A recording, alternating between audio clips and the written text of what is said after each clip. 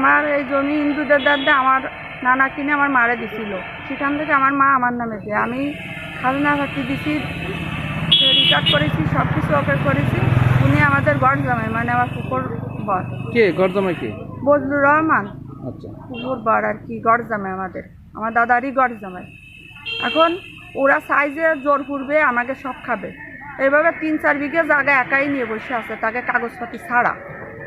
কাগজে যদিও থাকে 14 শতকের মালিক উনি, তার ব্যতিরিক্ত না, কিন্তু উনি 3-4 বিঘে নিয়ে বসে আছে। আর যদি কোনো কথা করতে যায় আমাকে জুলুম অত্যাচার করে, দাও কুড়েলেও বের করে সব সময়ের জন্য। গ্রামের লোকের সাথে ওইগুলো করে। প্রথম কুড়াই করে আমার নানা কিনে আমার মারে দেয়, মা আমারে দেয়। মা এই বংশের বউ বলে মা আর কিনে আমার নামে দিয়ে দেয়। এখন গত প্রশাসন ছিল, সাংবাদিক ছিল, সবাই ছিল, সবাই দেখিছে। দেখার পরে গিরা বেড়া কমিটি তারা বলে গেছে যে এখানে দুপক্ষ কেউ হাত দেবে না। সবাই চলে যাওয়ার পরে দুপুরবেলা ওরা ফ্লাক্স দিয়ে সবাই কাটতেছে, রবি মোড়ল উপস্থিত রাখে।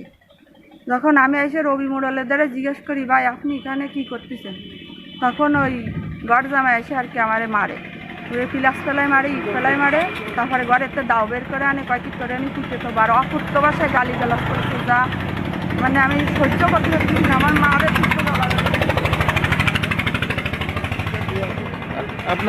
আপনার উপরে টর্চারিং করেছে, আপনার গায়ে ইট ছুঁড়ে মারেছে? হ্যাঁ, ইট ছুঁড়ে মারেছে, রক্ত জমাতেছে এখনো।